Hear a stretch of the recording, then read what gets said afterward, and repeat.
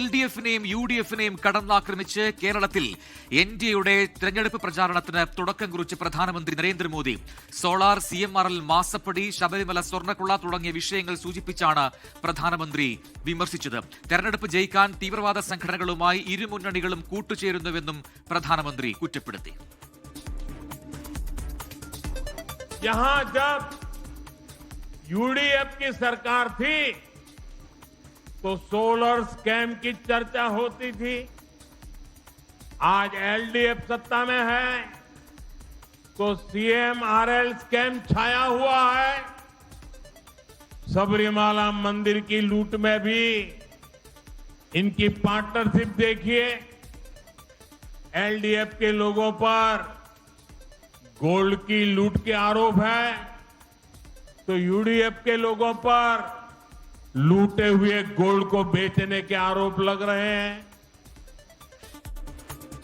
NDA വിജയിപ്പിച്ചാൽ മാറാത്തത് മാറുമെന്നും ഇത് മോദിയുടെ ഗ്യാരണ്ടിയെന്നും പ്രധാനമന്ത്രി പറഞ്ഞു.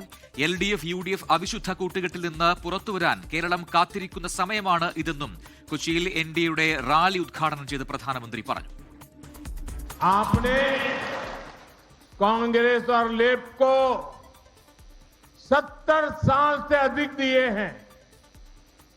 अब बीजेपी NDA को अगले 5 साल सेवा करने का मौका दीजिए. आपको विकसित केरलम की शानदार झलक दिखने मिलेगी. आपके पास मोदी की गारंटी है. जो अब तक नहीं बदला अब बदलेगा. अब केरलम आगे बढ़ेगा.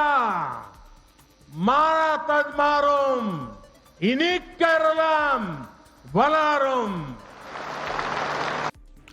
ഗൾഫ് മേഖലയിൽ ദുരിതം അനുഭവിക്കുന്ന പ്രവാസികളുടെ സുരക്ഷ സർക്കാർ ഉറപ്പാക്കിയിട്ടുണ്ടെന്നും പ്രധാനമന്ത്രി പറഞ്ഞു. അവരെ സുരക്ഷിതരാക്കാനുള്ള എല്ലാ ശ്രമവും കേന്ദ്ര സർക്കാർ നടത്തുന്നുണ്ടെന്നും മോദി. गल्फ में चल रहे युद्ध में हमें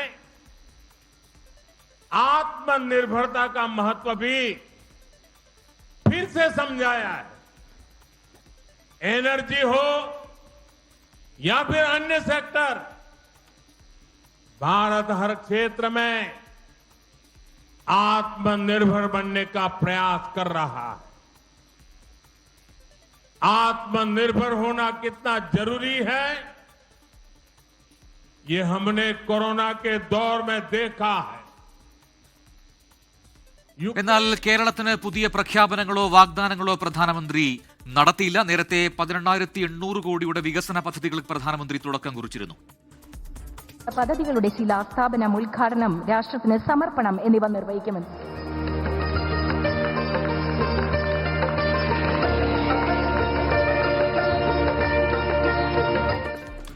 കൂടുതൽ വിവരങ്ങളുമായി വിപിൻ സി വിജയൻ കൊച്ചിയിൽ നിന്ന് ചേരുകയാണ്. വിപിൻ, നിലവിൽ പ്രധാനമന്ത്രി നടത്തിയ പ്രസംഗം അത് ഏത് രീതിയിലാണ് വിലയിരുത്തപ്പെടുന്നത്? കൃത്യമായ രാഷ്ട്രീയം പറയുന്നു, വിമർശനങ്ങളുണ്ട്, അതെല്ലാം അതിനൊക്കെ അപ്പുറത്തേക്ക് ഈ ഒരു തെരഞ്ഞെടുപ്പ് പ്രചാരണമാണ് തുടക്കം കുറിച്ചിരിക്കുന്നത്. അതുമായി ബന്ധപ്പെട്ട വാഗ്ദാനങ്ങളോ പ്രഖ്യാപനങ്ങളോ ഒന്നും നടത്തിയില്ല എന്ന രീതിയിലുള്ള വിലയിരുത്തൽ കൂടി ഇപ്പോൾ പുറത്തു വരുന്നു. പ്രസംഗത്തിലുടനീളം സംസ്ഥാന സർക്കാരിനെ, LDF UDF അവിശുദ്ധ കൂട്ടുകെട്ടിനെയൊക്കെ തന്നെ പ്രധാനമന്ത്രി പേരെടുത്ത് തന്നെ വിമർശിക്കുകയും ചെയ്തല്ലോ. എങ്ങനെ വിലയിരുത്താം പ്രധാനമന്ത്രിയുടെ പ്രസംഗത്തെ?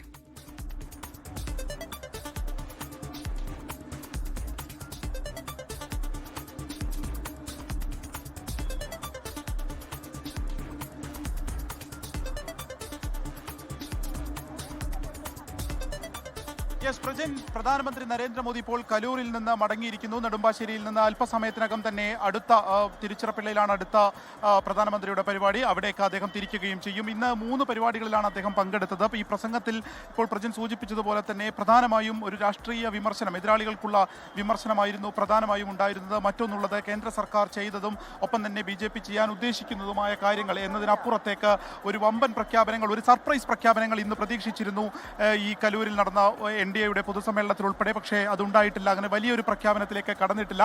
പ്രധാനമായും കൂടുതൽ ഇലക്ട്രിക് ബസിന്റെ പദ്ധതികൾ വരും, റെയിൽവേ വൈദ്യുതീകരണം കൂടുതൽ വ്യാപിപ്പിക്കും, സ്വയം പര്യാപ്തതയ്ക്ക് വേണ്ടിയാണ് NDAയുടെ ഒരു പ്രധാനമായിട്ടുമുള്ള ഒരു പരിശ്രമം ഉണ്ടായിക്കൊണ്ടിരിക്കുന്നത്. ഊർജ്ജ രംഗത്ത് കൂടുതൽ സോളാർ പ്രൊജക്ടുകൾ വരും തുടങ്ങിയവയ്ക്ക് തന്നെയാണ് പ്രധാനമായിട്ടും അദ്ദേഹം പറഞ്ഞു വയ്ക്കുന്നത്. ഒപ്പം തന്നെ ശബരിമല വിഷയം അടക്കം ഉയർത്തുകയും ചെയ്യുന്നു. രാഷ്ട്രീയ വിമർശനം അത് കൃത്യമായി തന്നെ ഇന്ന് പ്രധാനമന്ത്രി നടത്തി എന്നുള്ളതും ശ്രദ്ധേയമാണ്. അതിൽ എടുത്തു പറയേണ്ടത് ശബരിമലയിൽ ഇടതു വലതു മുന്നണികൾ ഒരുപോലെ തന്നെ അതിൽ പ്രതികളാകുന്നു എന്നുള്ളതാണ്. NDA ഇതിൽ നിന്ന് ഒരു സ്വയം മാറ്റത്തിന് വേണ്ടി ശ്രമിക്കുമ്പോൾ അത് പരിഹസിക്കുന്ന ഒരു രീതിയിലേക്ക് കോൺഗ്രസ് ഉൾപ്പെടെ മാറുന്നു എന്നുള്ളത് കൂടി പറഞ്ഞു വയ്ക്കുന്നുണ്ട്. മറ്റ് പറയേണ്ട ഒരു സാധനമുള്ളത്, വ്യവസായം തകർന്നതിലും വ്യവസായം തടയുന്നതിലും പങ്കാളികളാണ് LDFും UDFും എന്നുള്ളത് പറയുന്നു. കോൺഗ്രസ് കാലത്ത് സോളാർ, ഇപ്പോൾ CMRL ശബരിമലയിലും രണ്ടുപേരും കൂട്ട് ഉത്തരവാദിത്തങ്ങളായിട്ട് മാറുന്നു എന്നുള്ളതാണ്. ഇടതുമുന്നണി PDPയെ കൂട്ടുപിടിക്കുന്നു എന്നുള്ള രീതിക്കും ഇന്നിപ്പോൾ പ്രധാനമന്ത്രി സംസാരിച്ചിരിക്കുന്നു. MMC മുസ്ലിം ലീഗ് മാവോയിസ്റ്റ് കോൺഗ്രസ് എന്ന കളിയാക്കിയാണ് MMC ഇപ്പോൾ വിളിച്ചിരിക്കുന്നത്. മുസ്ലിം ലീഗിനെ മാവോയിസ്റ്റ് കോൺഗ്രസ് എന്ന് കളിയാക്കിക്കൊണ്ടായിരുന്നു പ്രധാനമന്ത്രിയുടെ ഇന്നിവിടുത്തെ പ്രസംഗം ഉണ്ടായിരുന്നത്. കേരളത്തെ ഇരട്ടി വേഗത്തിൽ തന്നെ മുന്നോട്ട് നയിക്കും, അതിന് NDA അധികാരത്തിലേറുകയാണ് വേണ്ടത്. അങ്ങനെ വികസിത കേരളം മോദിക്കൊപ്പം എന്നുള്ള മുദ്രാവാക്യം ഉയർത്തിക്കൊണ്ട് BJP NDA ഇത് നിയമസഭാ തെരഞ്ഞെടുപ്പിലേക്ക് പോകുന്നു. അതിന്റെ ആക്കം കൂട്ടിക്കൊണ്ട്, അതിന് ആവേശം ഉയർത്തിക്കൊണ്ട് തന്നെയാണ് ഇന്നിപ്പോൾ പ്രധാനമന്ത്രിയുടെ വരവ് NDA പ്രവർത്തകർക്ക് ഉണ്ടായിരിക്കുന്നത്. ഇപ്പോൾ ഈ പ്രവർത്തകരൊക്കെ തന്നെ പിരിഞ്ഞു പോകുന്ന ദൃശ്യങ്ങളൊക്കെയാണ് നമ്മൾ ഈ കാണുന്നത്. അത്രയേറെ പ്രവർത്തകർ വന്നിരുന്നു. മുഴുവൻ ഈ 3 വേദികൾ എന്ന് പറയാം, 3 വേദികളും നിറഞ്ഞു കവിയുന്ന സാഹചര്യമായിരുന്നു. അത് കഴിഞ്ഞിപ്പോൾ എല്ലാവരും മടങ്ങുന്നു എന്നുള്ളതാണ്. സ്വാഭാവികമായിട്ടും ഈ നിയമസഭാ തെരഞ്ഞെടുപ്പിൽ അത് A-ക്ലാസ് മണ്ഡലങ്ങളിൽ ഉൾപ്പെടെ NDAയ്ക്ക് ഉണ്ടാക്കുന്ന ഒരു ആവേശം ചെറുതല്ല. പക്ഷേ പ്രതീക്ഷിച്ച അത്ര വലിയ പ്രഖ്യാപനങ്ങളോ രാഷ്ട്രീയമായി ഇപ്പോൾ കോൺഗ്രസ് ഉയർത്തിയതുപോലുള്ള പ്രധാനപ്പെട്ട ഗ്യാരണ്ടികളോ ഉണ്ടായിട്ടില്ല എന്നുള്ളതും എടുത്തു പറയേണ്ടതാണ്. ലോകത്തെവിടെയായാലും ഏത് സമയത്തും 24 വാർത്തകളും ഓഗ്മെന്റഡ് റിയാലിറ്റി പാക്കേജുകളും എക്സ്പ്ലെയിനറുകളും വിശദമായി കാണാൻ ഞങ്ങളുടെ YouTube ചാനൽ നിങ്ങൾക്ക് സബ്സ്ക്രൈബ് ചെയ്യാം.